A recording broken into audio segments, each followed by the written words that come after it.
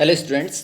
तो आज से हम नए चैप्टर को स्टार्ट करने वाले हैं। जो हमारा बचा हुआ था फिजियोलॉजी का लास्ट चैप्टर, रासायनिक समन्वय तथा एकीकरण, जिसे कहा जाता है केमिकल कोऑर्डिनेशन एंड इंटीग्रेशन। तो इस चैप्टर को हम स्टार्ट करने वाले हैं आज।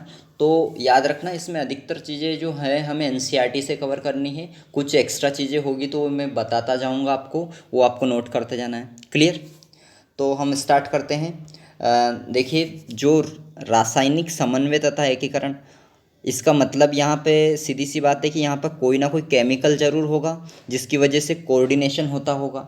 तो याद रखना, केमिकल की अगर हम बात करें तो कौन होते हैं यहाँ पर? हार्मोन। सीधी सी बात है, हार्मोन। यहाँ पे चैप्टर के नाम से ही पता चल रहा है रासायनिक समन्वय, यानी कि यहाँ पर कोई ना कोई केमिकल जो होता है जो कोऑर्डिनेशन का काम करता है, कोऑर्डिनेशन और इंटीग्रेशन में पार्टिसिपेट करता है। तो कौन करता है? हार्मोन। आपको याद रखना है। क्लियर? अब हमें कुछ इंपॉर्टेंट चीज़ें जो एनसीईआरटी ने दी है उन्हें बिल्कुल पॉइंट टू पॉइंट याद रखना है। आप पॉइंट टू पॉइंट इसको पढ़ना, मैं आपको डायरेक्ट सीधी सीधी चीज़ें बता देता हूँ कि आपको याद रखना है यहाँ पर लाइनों में। क्लियर? तो पहली चीज़ ये आपको ध्यान देना है कि जो तंत्रिका तंत्र होता है वो बिल्कुल पॉइंट टू पॉइंट जो कोऑर्डिनेशन का काम करता है। पॉइंट टू पॉइंट यानी कि बिंदु दर बिंदु बिल्कुल कोऑर्डिनेशन का काम करता है। बिंदु दर बिंदु कोऑर्डिनेशन का काम करता है आपका। किसकी हम बात कर रहे हैं? तंत्रिका तंत्र की। क्लियर? तंत्रिका तंत्र बिंदु दर यानी कि पॉइंट टू पॉइंट कोऑर्डिनेशन का काम करता है। और ये जो होता है, ये तंत्रिकी समन्वय जो होता है, यानी कि जो नर्वस कोऑर्डिनेशन होता है वो काफ़ी तेज होता है लेकिन कम समय का होता है। काफ़ी तेज लेकिन अल्प अवधि का होता है। याद रखना, यहाँ पर इंग्लिश वाले भी ध्यान दें कि ये कैसा होता है? Point two point rapid coordination का काम करता है। और ये कैसा होता है? फास्ट होता है बट शॉर्ट लिव्ड होता है। नर्वस कोऑर्डिनेशन की हम बात कर रहे हैं। अब बात सुनना, जब हमारे पास एक प्रकार का समन्वय था, तंत्रिकी समन्वय, तो हमें क्यों आवश्यकता पड़ी एक नए समन्वय यानी कि नए कोऑर्डिनेशन की? तो ये एनसीईआरटी ने बता रखा है कि जो तंत्रिकी समन्वय होता है वो क्योंकि हर कोशिका तक कार्य नहीं करता है, इसलिए कोशिका को एक नए समन्वय की आवश्यकता पड़ती है। देखिए, दे रखा है, तंत्रिका तंतु द्वारा शरीर की सभी कोशिकाओं का तंत्रिकायन नहीं होने के कारण कोशिका क्रियाओं के लिए तथा निरंतर नियमन के एक विशेष प्रकार के समन्वय की आवश्यकता होती है। क्लियर? तो एक नए प्रकार के समन्वय कोऑर्डिनेशन की इस प्रकार से आवश्यकता हुई, जिसे हम क्या कहते हैं? एंडोक्राइन सिस्टम या अंता स्त्रावी समन्वय कहा जाता है। क्लियर? तंत्र कहा जाता है। अब हमें याद रखना है कि ये जो तंत्र होता है इसमें कार्य कौन करता है? तो हार्मोन द्वारा कार्य होता है। याद रखना, ये कार्य हार्मोन द्वारा संपादित होता है। यहाँ पर जो भी काम होते हैं वो हार्मोन्स के द्वारा होते हैं। बिल्कुल आपको चीज़ें याद रखना है। क्लियर? फंक्शन कौन करता है? हार्मोन करता है यहाँ पर। देखिए, इंग्लिश वाले भी देखते जाएं और एनसीईआरटी आपके पास हो नहीं हो तो फिर भी यहाँ पे दे रखा है सब कुछ। क्लियर?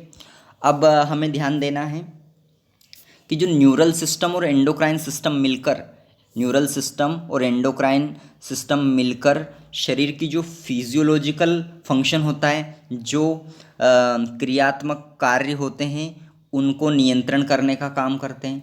यानी कि जो न्यूरल सिस्टम है और एंडोक्राइन सिस्टम है वो बॉडी के फिजियोलॉजिकल फंक्शन को रेगुलेट करने का काम करते हैं। बिल्कुल याद रखना बेटा। यानी कि फिजियोलॉजिकल फंक्शन की हम क्या बात करें? हम कुछ भी काम कर रहे हैं तो इसमें दोनों सिस्टम कार्य साथ में करेंगे। नर्वस सिस्टम भी करेगा तो एंडोक्राइन सिस्टम भी करेगा। क्लियर? अब हमें यहाँ पे ध्यान देना है कि कितने टॉपिक हमें इस चैप्टर में पढ़ने हैं। क्लियर?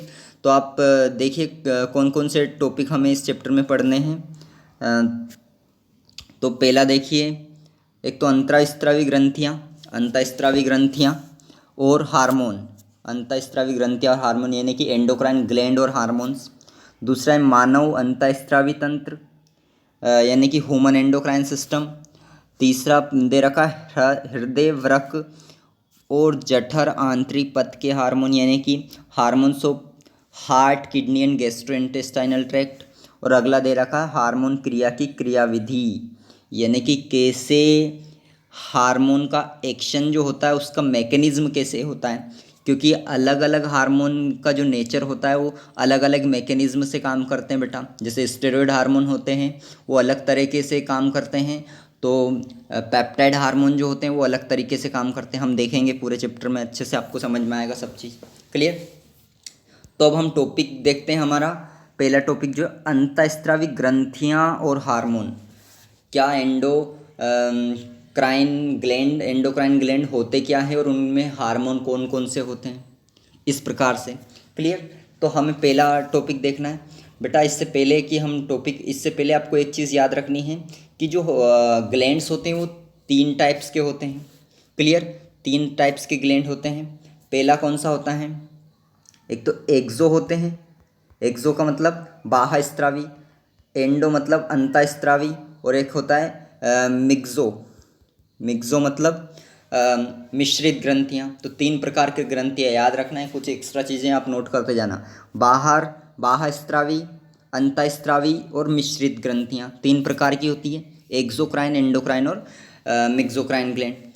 एक्सो का मतलब क्या है, बाह्यस्रावी वो ग्रंथियाँ होती है जिनमें नलिकाएं होती है, यानी कि डक्ट पाए जाते हैं। डक्ट के द्वारा सिक्रेशन होता है, डक्ट के द्वारा स्त्रावण होता है, उन्हें एक्सोक्राइन ग्रंथियाँ कहा जाता है। एक्सोक्राइन ग्रंथियाँ हम ऑलरेडी कुछ ग्रंथियाँ पढ़ चुके हैं ऑलरेडी। जैसे हमने लीवर पढ़ा है, लीवर पढ़ चुके हैं हम। क्लियर। उसके बाद में हमें एक्सोक्राइन की बात करें तो हम सेलेवरी ग्लैंड पढ़ चुके हैं। सिलेवरी ग्लैंड भी एक्सोक्राइन ही होता है। उसके बाद में अगर हम बात करें स्किन के अंदर जो स्वीट ग्लैंड पाए जाते हैं, स्वीट ग्लैंड ऑफ स्किन, ये सब क्या होते हैं बेटा, ये सारे के सारे आप नोट करते जाए, कुछ चीज़ें एक्स्ट्रा आती है तो। क्लियर। तो लीवर हुआ, सिलेवरी ग्लैंड हुआ, स्वीट ग्लैंड हुआ, ये सब कैसे ग्रंथियाँ होती है, ये बाह्यस्रावी ग्रंथियाँ होती है जिनमें नलिकाओं के द्वारा स्त्रावण होता है, डक्ट पाए जाते हैं, डक्ट द्वारा सिक्रेशन होता है, तो इन्हें क्या कहा जाता है, एक्सोक्राइन ग्लैंड कहा जाता है। हम अगर बात करें एंडोक्राइन ग्लैंड की, तो एंडोक्राइन ग्लैंड जो होते हैं वो हम पूरा चैप्टर पढ़ेंगे अभी। उसके बाद हम मिक्सोक्राइन की अगर हम बात करें, मिक्सोक्राइन, मिक्सोक्राइन यानी कि मिश्रित ग्रंथियाँ, तो इनमें कौन कौन आता है, एक तो पैनक्रियाज आता है बेटा, जिसे अग्नाशय कहते हैं, और गोनाड्स आते हैं बेटा। गोनाड्स का मतलब क्या है, ओवरी होती है फीमेल के अंदर और टेस्टिस होती है मेल के अंदर। तो ये भी क्या होते हैं, ये भी आपके मिश्रित ग्रंथियाँ के अंदर आते हैं। इंटेस्टाइनल ग्लैंड्स को भी मिश्रित के अंदर हम मानते हैं, तो ये आपको याद रखना है। क्लियर। अब हमें आना है एनसीईआरटी के दिए हुए टॉपिक पे, अंतःस्रावी ग्रंथियाँ और हार्मोन। क्लियर। अंतःस्रावी ग्रंथियाँ और हार्मोन क्या होते हैं, तो देखिए आप यहाँ पर दे रखा है। आपको सबसे चीज़ें याद रख, मैं सब एक एक लाइन नहीं पढ़ूंगा, बस मैं मेन चीज़ें आपको बता दूंगा। क्लियर। तो पहली चीज़ आपको याद रखना है कि अंतःस्रावी ग्रंथियों में नलिकाएं नहीं होती, जो मैं बता चुका हूँ आपको। यहाँ पर डक्टलेस ग्लैंड होते हैं, यहाँ पे नलिकाएं नहीं पाई जाती, इसीलिए इनको डक्टलेस ग्लैंड कहा जाता है, यानी कि नलिका विहीन ग्रंथियाँ कहा जाता है, याद रखना। और इनके स्त्रावण, इनके सिक्रेशन को हार्मोन कहा जाता है। एंडोक्राइन ग्लैंड में नलियाँ नहीं होती है, नलिकाएं एब्सेंट होती है, उनके हार्मोन को क्या कहा जाता है बेटा, उनके स्त्रावण को हार्मोन कहा जाता है, याद रखना है बेटा। उसके बाद में आपको याद रखना है, अगर इसके डेफिनेशन अलग अलग डेफिनेशन दे रखी है, तो आपको छोटी सी चीज़ आपको हार्मोन के बारे में ये याद रखना है कि हार्मोन जो होते हैं, पहली चीज़ तो एक केमिकल होते हैं, एक केमिकल प्रोड्यूस होता है, उसे हार्मोन कहा जाता है, जो डायरेक्टली किसके अंदर, ब्लड के अंदर ट्रांसपोर्ट होता है। क्लियर। ये आपको याद रखना है। इसकी डेफिनेशन भी देख लीजिए आप। हार्मोन की चिरम्मत परिभाषा के अनुसार हार्मोन अंतःस्रावी ग्रंथियों द्वारा स्रावित रक्त में मुक्त किए जाने वाले रसायन हैं जो दूरस्थ लक्ष्य अंग तक पहुंचाए जाते हैं। क्लियर। इसकी एक और डेफिनेशन दे रखी है जो रूपांतरित की गई है, तो इसमें क्या है, हार्मोन सूक्ष्म मात्रा में उत्पन्न होते हैं, बिल्कुल याद रखना बेटा, बिल्कुल ट्रेस अमाउंट में हार्मोन उत्पन्न होते हैं, और अपोषक रसायन होते हैं, बिल्कुल याद रखना, यानी कि नॉन न्यूट्रिएंट केमिकल होते हैं, अपोषक रसायन, इनसे कोई न्यूट्रिशन नहीं मिलता है। एक ऐसे होते हैं अपोषक न्यूट्रिएंट होते हैं जो इंटरसेलुलर मैसेंजर की तरह काम करते हैं, यानी कि क्या करते हैं, अंतरकोशिकी संदेशवाहक के रूप में काम करते हैं। तो ये याद रखना, एक तो क्या होते हैं, नॉन न्यूट्रिएंट केमिकल होते हैं, बिल्कुल बेटा याद रखना, और इंटरसेलुलर मैसेंजर यानी कि अंतरकोशिकी संदेशवाहक की तरह काम करते हैं। क्लियर। और एक बिल्कुल सूक्ष्म मात्रा यानी कि ट्रेस अमाउंट में प्रोड्यूस होते हैं। तो इतनी चीज़ें आपको याद रखनी है। जिनके पास इंग्लिश में है एनसीईआरटी, जिनके पास इंग्लिश की हो देख सकते हैं, वरना आपको ये एनसीईआरटी आप देख लेना, इसको पढ़ लेना आप स्क्रीनशॉट लेके या जैसे भी करके। क्लियर, रोक के इसको देख लेना। ठीक, यही चीज़ें यहाँ पे भी लिखी हुई आपको आ जाएगी समझ में अच्छे से। ठीक, अब बेटा आपको अगली चीज़ याद रखना है, इनमें जो इसमें दे रखा है कि जो इनवर्टेब्रेट्स होते हैं, इनवर्टेब्रेट्स यानी कि अकशेरुकी होते हैं, उनमें क्या होता है, ये एंडोक्राइन सिस्टम होता है, बहुत ही सिंपल तरीके का पाया जाता है, यानी कि कम डेवलप पाया जाता है, सरल अंतःस्रावी तंत्र होता है अकशेरुकी जंतुओं में। क्लियर, अकशेरुकी जंतुओं में, और जो कशेरुकी यानी कि वर्टेब्रेट्स होते हैं उनमें काफ़ी अच्छा यानी कि वेल डेवलप पाया जाता है। तो याद रखें, इतनी चीज़ लिखी हुई है। अब हम आते हैं, इसमें भी यही लिखा हुआ है, देख सकते हो, इनवर्टेब्रेट्स में सिंपल होता है, और अगर हम बात करें वर्टेब्रेट्स की तो उनमें काफ़ी अच्छा वेल डेवलप पाया जाता है। क्लियर। अब हमें याद रखना है मानव अंतःस्रावी तंत्र। हमारा टॉपिक क्या है, मानव अंतःस्रावी तंत्र, यानी कि human endocrine system. Human endocrine system most important है बेटा, बिल्कुल याद रखना है। अब यहाँ पर ह्यूमन एंडोक्राइन सिस्टम की अगर हम बात करते हैं तो यहाँ पर क्या चीज़ें हमें याद रखनी है। पहली चीज़ ये कि ये किन किन चीज़ों से मिलकर बना होता है।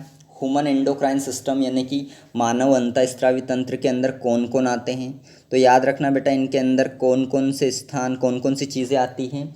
तो इसमें दे रखा है अंतःस्रावी ग्रंथियाँ और शरीर के विभिन्न भागों में स्थित हार्मोन स्रावित करने वाले ऊतक कोशिकाएं मिलकर अंतःस्रावी तंत्र का निर्माण करते हैं। क्लियर। क्या दे रखा है, the endocrine glands and hormone, English में आप देख सकते हैं, the endocrine glands and hormone producing diffuse tissues या cell locate in different parts of body constitute the endocrine system. Clear.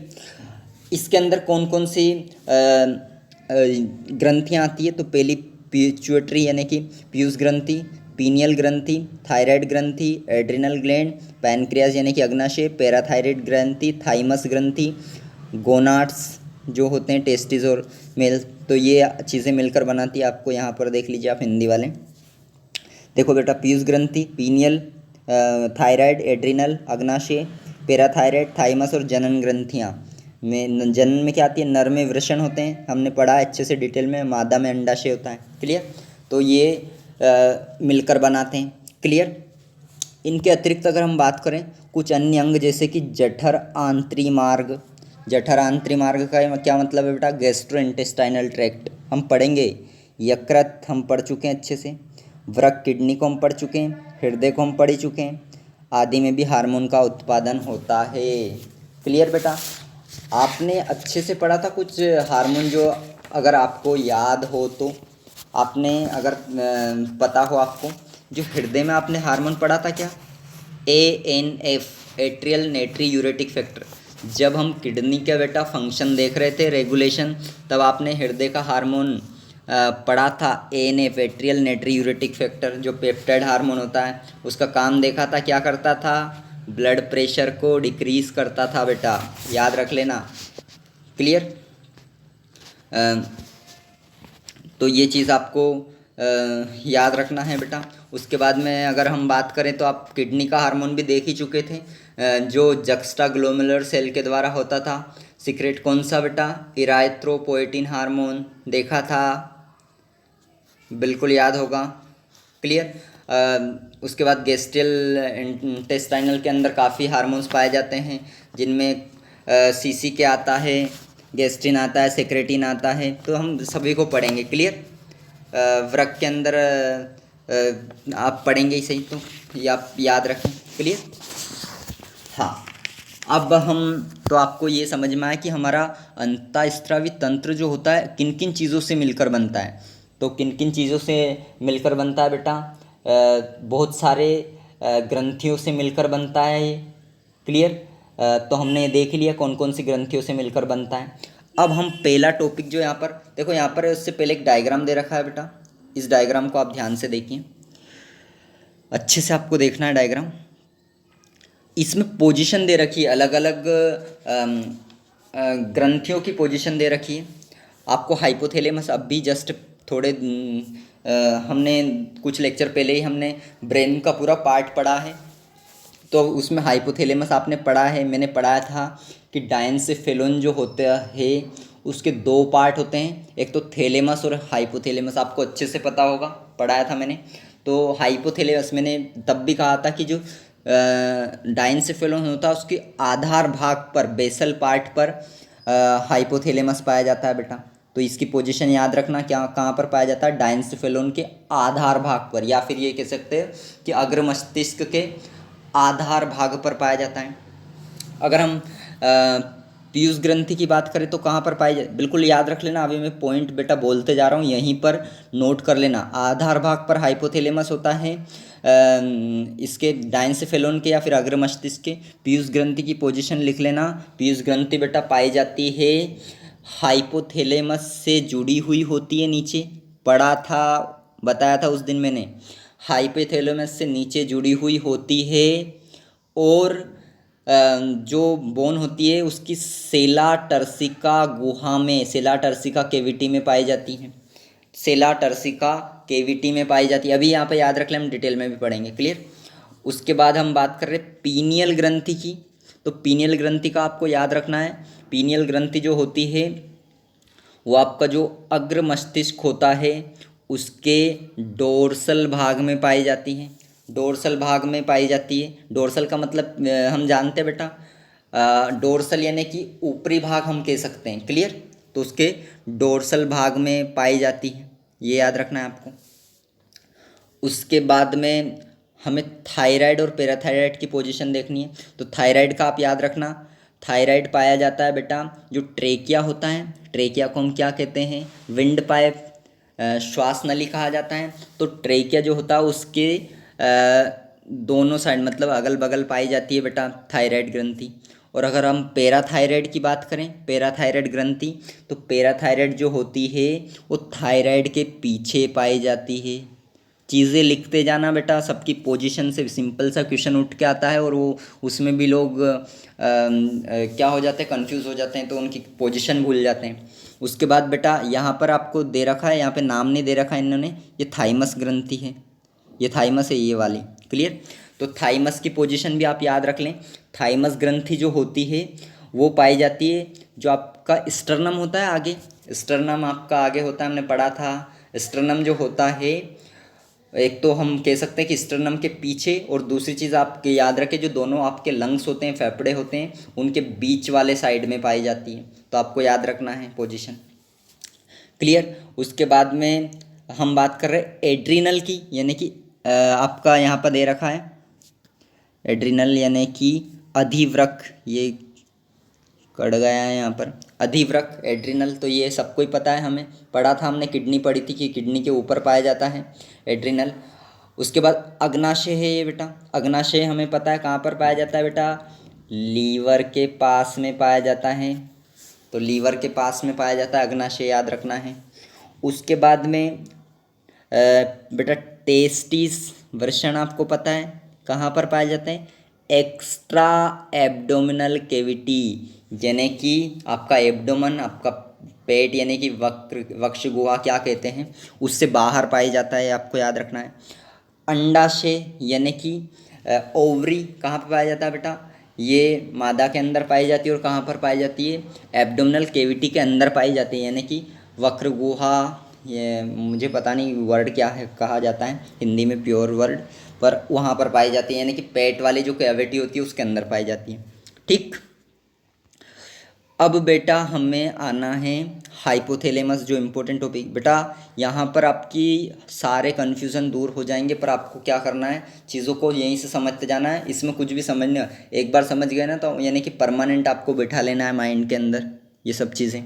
Double से कुछ याद करने वाली ऐसी चीज़ नहीं है, एक बार आप बिठा लोगे तो अपने आप सब चीज़ें होती जाएंगी। क्लियर? तो आपको हाइपोथैलेमस हमें पढ़ना है। हाइपोथैलेमस हम पहले भी पढ़ चुके हैं, पर हम और अच्छे से पढ़ेंगे हाइपोथैलेमस को।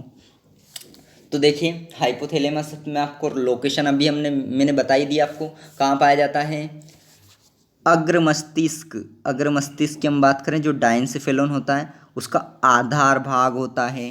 तो अभी बताया था डायंसिफेलोन का आधार भाग है बेटा ये, यानी कि अग्र मस्तिष्क का आधार भाग होता है। क्लियर? उसके बाद में ये क्या काम करता है हाइपोथैलेमस जो होता है बेटा, इसमें देखो एक चीज़ आपको अच्छे से याद रखनी है, जो यहाँ पे दे रखा है। इसमें हार्मोन का उत्पादन करने वाली कई इसमें हार्मोन का उत्पादन करने वाली कई तंत्रिका स्त्रावी कोशिकाएं, कई तंत्रिका स्त्रावी कोशिकाएं जो तंत्रिका का स्त्रावण करती है, यानी कि न्यूरॉन्स का सिक्रेशन करने वाली कोशिकाएं पाई जाती है, उन्हें न्यूक्ली कहा जाता है। बिल्कुल याद रखना बेटा, न्यूक्ली कहा जाता है। ये हार्मोन पीयूष ग्रंथि से स्त्रावित होने वाले हार्मोन के संश्लेषण और स्त्रावण का नियंत्रण करते हैं। क्लियर? तो ये करते क्या है काम, जो आपके पिट्यूटरी हार्मोन्स होते हैं उनको उनके जो सिंथेसिस होती है ना, कि उनको कैसे निर्माण करना है उनका, और उनका स्त्रावण कैसे करवाना, ये किसके कंट्रोल में होता है, आपके हाइपोथैलेमस के कंट्रोल में होता है। क्लियर? और हाइपोथैलेमस से जो बेटा हार्मोन्स स्त्रावित होते हैं, हाइपोथैलेमस के जो हार्मोन होते हैं वो दो प्रकार के हार्मोन होते हैं, याद रखना। बेटा बिल्कुल चीज़ों को नोट करते जाना, मैं इसलिए स्लो मोशन में पढ़ा रहा हूँ आपको, ताकि माइंड में बैठ जाए चीज़ें। हाइपोथैलेमस के अंदर दो प्रकार के हार्मोन होते हैं। एक तो आपका होता है उन्हें कहा जाता है रिलीजिंग हार्मोन। रिलीजिंग यानी कि स्त्रावित हार्मोन, यानी कि मोचक हार्मोन दे रखा है हिंदी में, मोचक हार्मोन दिया है। एक तो मोचक हार्मोन और दूसरा निरोधी हार्मोन। मोचक का मतलब रिलीजिंग हार्मोन बेटा, यानी कि जो रिलीज करवाते हैं, स्त्रावण का काम करवाते हैं, उन्हें रिलीजिंग मोचक हार्मोन कहा जाता है। और जो विरोध कर